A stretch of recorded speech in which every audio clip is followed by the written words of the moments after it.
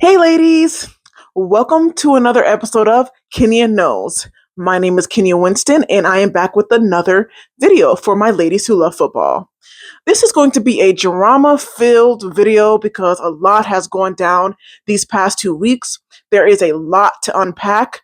I am going to be taking you guys through the timeline of the Brendan Sorsby scandal and how it is going to change college football for the worst. So, without further ado, let's dive into it.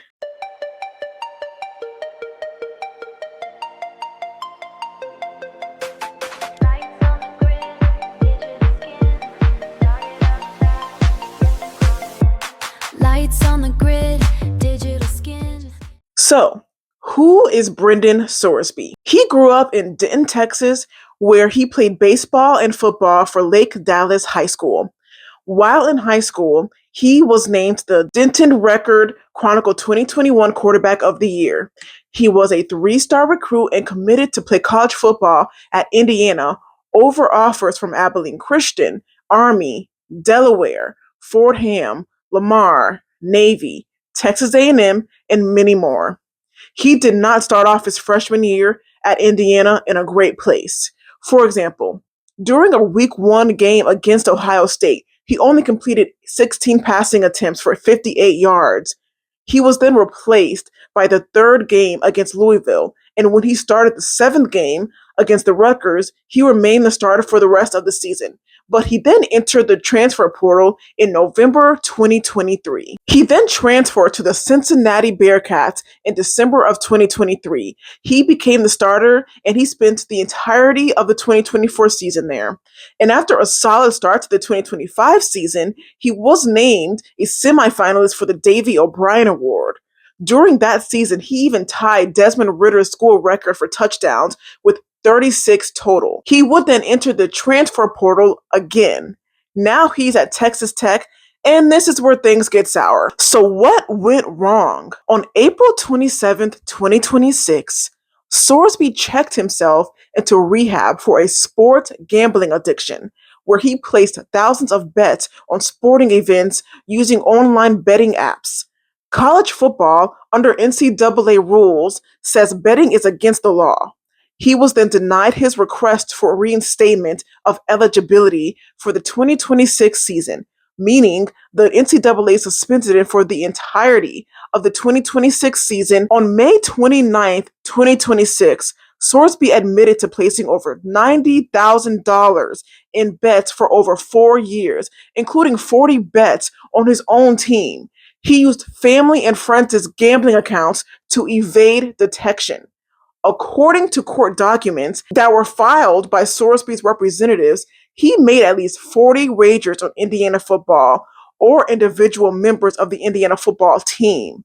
The court documents showed that wagers on Indiana stopped at least 2 weeks before his first game action against Penn State. Now, I don't know what money Brendan Sorsby had during his time at as the Indiana quarterback, but the fact that he placed over $90,000 in bets is insane to me. Because from what I've researched, it's not like he was under some massive NIL deal with Indiana at that time, as far as I know. The bulk of his NIL earnings and multi-million dollar deals came later in his college career, after he transferred to other programs. He didn't secure any type of massive NIL package. He wasn't being paid by the school. So how he was paying to bet on his team and his teammates, I am not sure. But you have to come from freaking oil money to be paying that much on bets. Now, if any of you Texas Raiders fans or Indiana fans know more about the situation as it concerns how he was paying for those bets, please drop a comment down below. And this is where things took a turn for the worse. After the NCAA handed down a 1-year suspension, a judge in Texas named Judge Kit Curry granted a temporary restraining order that prohibited the NCAA from banning the Texas Tech quarterback for violations of its sports gambling bylaws. The fact that the NCAA doesn't even have the power to sideline one of its own players for betting on his team a total of 40 times just shows you how broken college football is and just how broken it's going to continue to be. How is it that the governing body of college football can't even enforce its own rules in the way that they should? Not only did that happen, but now there has been an avalanche of rants, threats, and hypocritical posturing by university presidents, athletic directors, and conferences as a whole, blaming Texas Tech for a judge's ruling. And to make it worse, multiple conferences, teams, and coaches have already threatened to cancel this year's matchups or future matchups with the program if Texas Tech doesn't step in and sideline Sorsby. Now the Big 12 is considering sanctions against the school if it decides to play quarterback Brendan Sorsby this fall. They even warned them. They warned them in a formal letter that any attempt to sanction the school will constitute a per se antitrust violation and expose the school conference to more than $200 million in liability. Texas Tech has even gone further to warn the Big 12 that if they want a war, they're going to get one. I mean, they're already in the midst of a back and forth situation when it comes to the tortilla incident.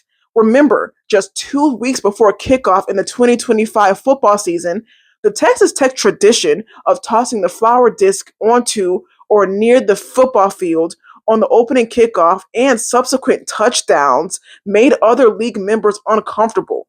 It disrupts the game because referees or whoever manages the field have to come out every single time just to clean it up. I don't even understand why they are handing those things out at the gates. So here are my thoughts. First things first, Indiana should reap some of the consequences of Brendan Sorsby's actions, and I think that that is the unfortunate truth. Because let's look at it this way. All of the laws and NCAA rules that he broke were under Indiana's watch. That Texas Tech is receiving the force of it. Is that fair? Probably not. However, the actions that they took afterward are probably why they are getting the brunt of the hate at this point. Here's the second issue. The NCAA has lost all of its power at this point. They can't control NIL. They can't control teams building $20 million rosters. They can't control all these conference realignments. They can't control these constant conversations on playoff expansions. And they can't control gambling.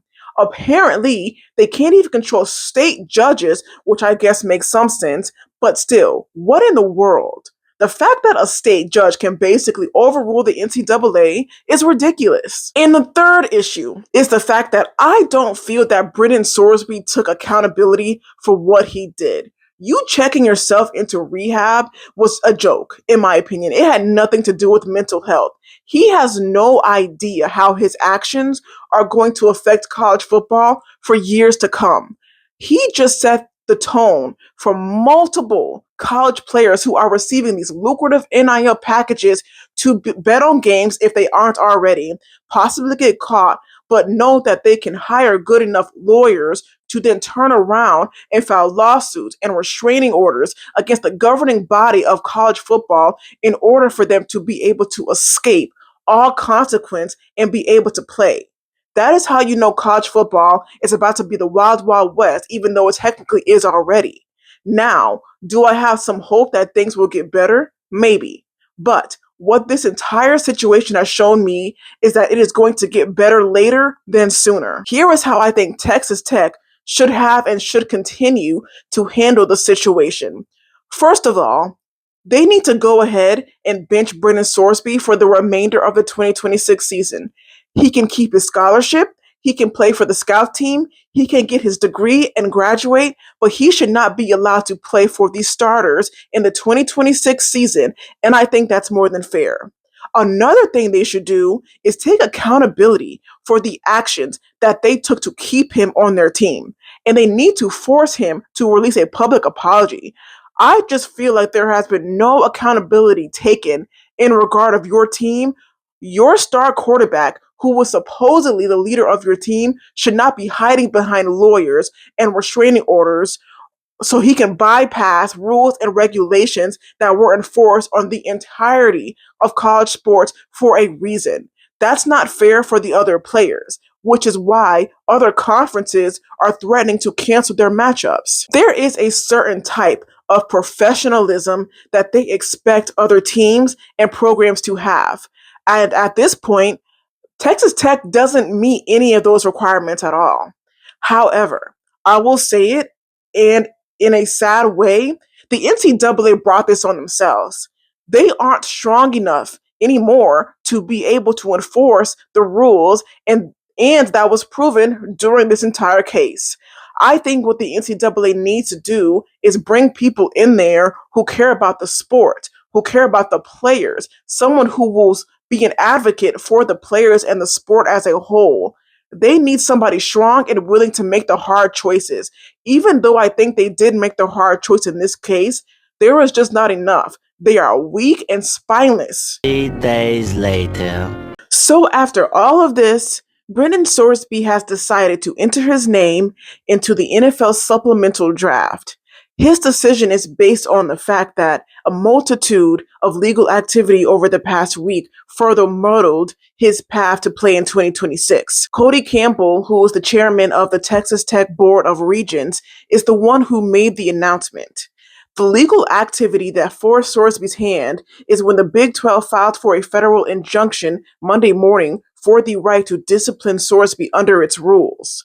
They even released a statement basically saying that universities should not field players who have bet on their own team's games in college athletics. So his own conference that he was planning to play under is against him too. Then the NCAA asked an appeals court for an expedited resolution to the case. The reason for the Big 12 filing injunctions was because there was a lot of pushback from at least 4 state attorney generals in 15 schools. Sorsby and his lawyer are also withdrawing their lawsuit against the NCAA, which will mean he will become ineligible to play college football for Texas Tech for the 2026 season once again. Remember when I told you I was hopeful for the future of college football? The resolution in Sorsby's case makes me even more hopeful now, because he would have set a bad precedent on college athletes gambling on games and being able to get away with it. The fact that multiple schools, conferences, and coaches have voiced their opinions and discussed on Brendan Sorsby's basically having his ineligibility reversed is amazing to see. What this proves is that even though these conferences and schools compete against each other, when they band together and agree on one thing, they hold the power to make real change. I am hoping that we can come to a better format when it comes to NIL, future conference realignments, and playoff expansions. That completes this episode of Kenya Knows. This was a whirlwind of a scandal that Brendan Sorsby and Texas Tech have put themselves into, but I want to hear your thoughts. Do you think Brendan Sorsby made the right decision to enter his name in the NFL supplemental draft, or was this just another way for him to escape further consequences? Let me know your thoughts in the comments section below. Don't forget to like and subscribe to my YouTube channel, and don't forget to share this video with your girlfriends. I will see you on the next one. Bye! Adrenaline rush is my